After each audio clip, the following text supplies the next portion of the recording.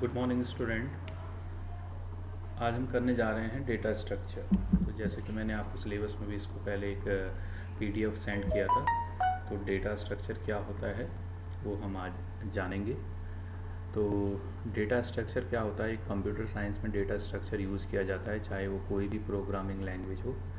तो data structure से मतलब है कि डेटा को हम एक ऑर्गेनाइज्ड वे में इस तरीके से रखते हैं ताकि हम उसको अच्छे तरीके से मैनेज कर सकें।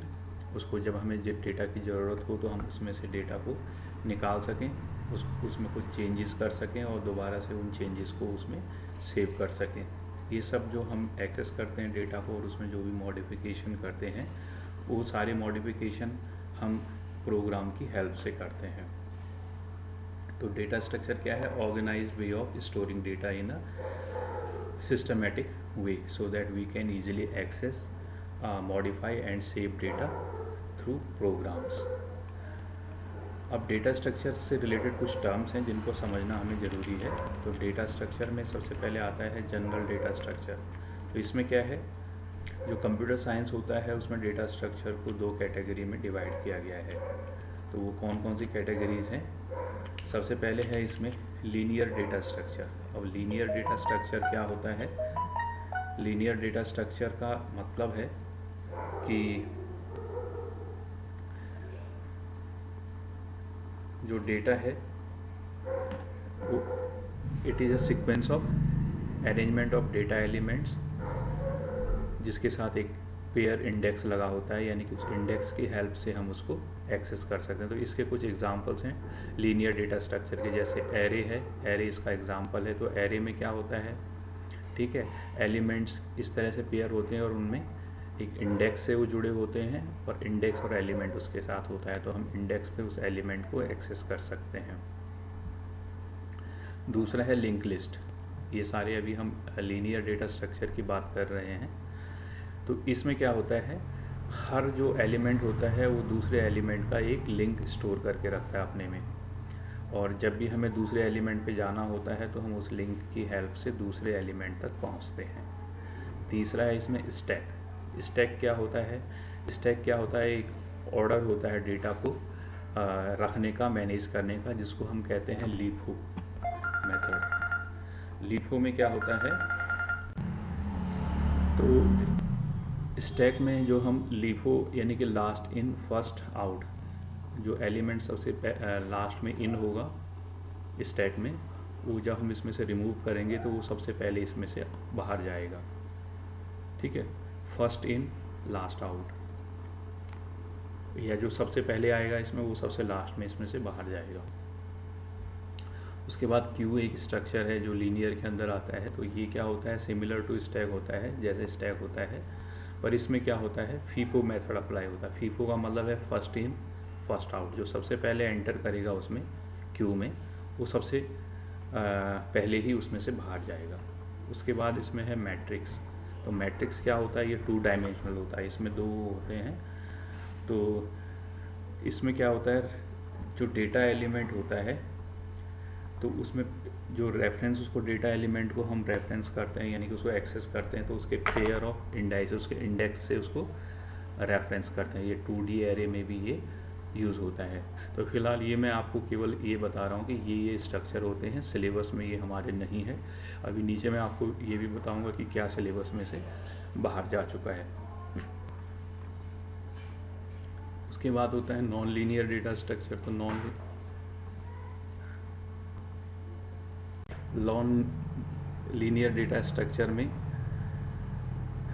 क्या होता है, डेटा को सिक्वेंशली लिंक किया जाता है एक दूसरे से, और जो भी उसका पेयर बनता है उसको आगे फर्दर हम किसी दूसरे से लिंक कर सकते हैं और इसी लिंक की हेल्प से हम उसको एक्सेस कर सकते हैं। इसमें आते हैं बाइनरी ट्रीज़। बाइनरी ट्रीज़ का मतलब है एक ऐसा स्ट्रक्चर जो मैक्सिमम 2 या उससे ज़्यादा डेटा एलिमेंट से कनेक्टेड होता है। जैसे कि ट्री का स्ट्रक्चर होता है, एक रूट होता है, उसकी ब्रांचेज होती हैं, सब ब्रांचेज होती हैं। तो इस वे में जो कनेक्टेड होता है उसको हम बाइनरी ट्री डेटा स्ट्रक्चर कहते हैं। उसके बाद है हीप। हीप क्या होता है, ये स्पेशल केस ऑफ ट्री होता है, ठीक है, जिसमें क्या होता है, तो हीप में क्या होता है, जो इसका मेन पेरेंट नोड होता है वो अपने चाइल्ड नोड से के इक्वल भी हो सकता है और उससे कम भी हो सकता है। उसके बाद है हैश टेबल। हैश टेबल क्या होता है, जो कि एरे का एसोसिएशन होता है और की वैल्यू से ये जुड़ा होता है। इसमें इंडेक्स की जगह हम की से इंडिविजुअल वैल्यूज़ को एक्सेस करते हैं। उसके बाद है ग्राफ, ठीक है, ये अरेंजमेंट ऑफ वेक्टर्स होता है और जो कि नोड से कनेक्टेड होता है, ठीक है, लिंक के साथ। अब हम बात करते हैं, ये तो जो जनरल दो linear and non linear data structure जो जनरल थे, ठीक है। जो हमारा मेन जो सिलेबस में कवर्ड है वो है पाइथन स्पेसिफिक डेटा स्ट्रक्चर। तो पाइथन स्पेसिफिक डेटा स्ट्रक्चर क्या होता है, इसमें ज़्यादा फ्लेक्सिबिलिटी होती है एज़ कम्पेयर टू जो ऊपर हमने अभी डिस्कस किए उनसे ज़्यादा होती है। तो इसमें जो डेटा स्ट्रक्चर आते हैं वो होते हैं लिस्ट, टपल एंड डिक्शनरी। लेकिन अभी लिस्ट CBSE ने केवल लिस्ट को रखा है आपके पास, बाकी टपल और डिक्शनरी को रिमूव कर दिया गया है। ये मैंने आपको सिलेबस भी दिया था, पहले डेटा स्ट्रक्चर में ये सारा पार्ट आता था, लेकिन अभी रिसेंटली CBSE ने इसको थोड़ा कम किया है और जो मैंने ये क्रॉस किया हुआ है इतना, ये वाला सिलेबस CBSE ने आपके करिकुलम से रिमूव कर दिया है। तो अब आपको केवल डेटा स्ट्रक्चर में लिस्ट करना है, ठीक है, और स्टैक के थ्रू लिस्ट को इम्प्लीमेंट करते हुए पुश एंड पॉप ऑपरेशन हम इसमें कैसे परफॉर्म कर सकते हैं वो हम केवल इसमें करेंगे, ठीक है। तो लिस्ट क्या है, जैसे आप जानते हैं लिस्ट एक कलेक्शन ऑफ आइटम्स है। इन ग्रुप में बहुत सारी आइटम्स का कलेक्शन, उसको हम लिस्ट कहते हैं। और जितने भी आइटम्स इसमें होते हैं उनको हम उसके इंडेक्स वैल्यू से एक्सेस कर सकते हैं। तो इंडेक्स इसमें कैसे होता है, 0 से लेके जो उसका साइज़ होता है उससे 1 कम तक हम उसके इंडेक्स में जा सकते हैं। अब बात होती है कि भाई कैसे हम लिस्ट को क्रिएट कर सकते हैं।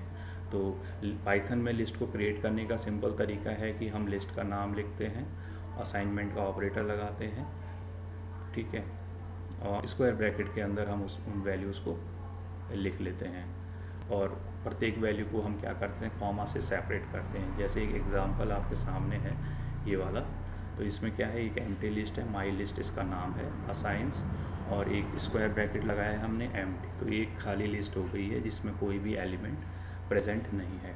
उसके बाद है लिस्ट ऑफ इंटीजर्स। तो लिस्ट ऑफ इंटीजर में माई लिस्ट आपने फिर से बनाई है, असाइंस, और स्क्वायर ब्रैकेट के अंदर वैल्यूज़ लिखी हैं आपने 1, 2 और 3, और इन वैल्यूज़ को आपने कॉमा से सेपरेट कर दिया है। उसके बाद है list with mixed data type. तो list with mixed data type में क्या होता है, इसमें आपके पास नंबर वैल्यू भी है, स्ट्रिंग भी है और फ्लोट वैल्यू 3.4 जो फ्लोट वैल्यू है वो भी है, ठीक है। सभी वैल्यूज़ आपने कॉमा से सेपरेट की हुई हैं। अब एक नेस्टेड लिस्ट में का भी एक एग्जांपल आता है। तो नेस्टेड लिस्ट क्या होती है, ऐसी लिस्ट जिसके अंदर कुछ इंडिविजुअल एलिमेंट्स भी हों और कुछ एक ग्रुप एलिमेंट्स भी हों। तो एक ग्रुप एलिमेंट्स ये हैं, इसमें एक दूसरी लिस्ट इसके अंदर है और एक और दूसरी लिस्ट इसके अंदर है। तो इसके अंदर टोटल एक खुद अपनी एक लिस्ट है और इसके अंदर 2 अदर लिस्ट भी इंक्लूडेड है। तो इसको हम क्या कहते हैं, नेस्टेड लिस्ट। जब एक लिस्ट किसी दूसरी लिस्ट के अंदर होती है तो उसको हम क्या कहते हैं, नेस्टेड लिस्ट कहते हैं। How to access element from a list. अब लिस्ट से हमें एलिमेंट को कैसे एक्सेस करना है, तो वो बहुत सारे तरीके हैं उनको एक्सेस करने के। लिस्ट इंडेक्स सबसे पॉपुलर इसमें मेथड है, जिसमें हम क्या करते हैं, इंडेक्स ऑपरेटर को यूज़ करते हैं। यानी कि स्क्वायर ब्रैकेट के अंदर हम जिस एलिमेंट को हमने एक्सेस करना है उसका इंडेक्स लिखते हैं और उसको प्रिंट कर देते हैं, ठीक है। तो जो पाइथन में इंडेक्स स्टार्ट होता है, जैसे हम पहले भी डिस्कस कर चुके हैं, 0 से होता है, ठीक है। अगर मान लीजिए हमारी लिस्ट में टोटल 5 एलिमेंट हैं तो हमारा इंडेक्स जो बनेगा वो 0 से लेके 4 तक का बनेगा। अगर हमें इस इंडेक्स से बाहर अगर हम कोई वैल्यू उसमें लिखते हैं तो वो क्या दिखाएगा, हमें इंडेक्स एरर दिखाएगा। अगर हम 5 लिखते हैं, क्योंकि 5 इंडेक्स में नहीं है, ठीक है, इंडेक्स में केवल 0 से लेके 4 तक के एलिमेंट हैं। अगर हम 5 इंडेक्स में लिखते हैं तो वो हमें एरर देगा, index error. The index must be integer. और हमेशा जो इंडेक्स वैल्यू होती है वो इंटीजर में होनी चाहिए, चाहे वो स्ट्रिंग की हो चाहे फ्लोट की हो। तो अगर हम इंटीजर से अलावा कुछ और वैल्यू देते हैं तो वो हमें दिखाता है टाइप की एरर, ठीक है, टाइप एरर वो हमें शो करेगा। अब एक एग्जांपल आपके सामने है, लिस्ट इंडेक्सिंग का। यहाँ पे हमारे पास एक लिस्ट है और इस लिस्ट में हमारे एलिमेंट हैं PROBE। ये इसके क्या है, एलिमेंट है। टोटल एलिमेंट कितने हुए, 1 2 3 4 5 और इसका इंडेक्स क्या हो गया, 0 1 2 3 4 तक इसका इंडेक्स जाएगा।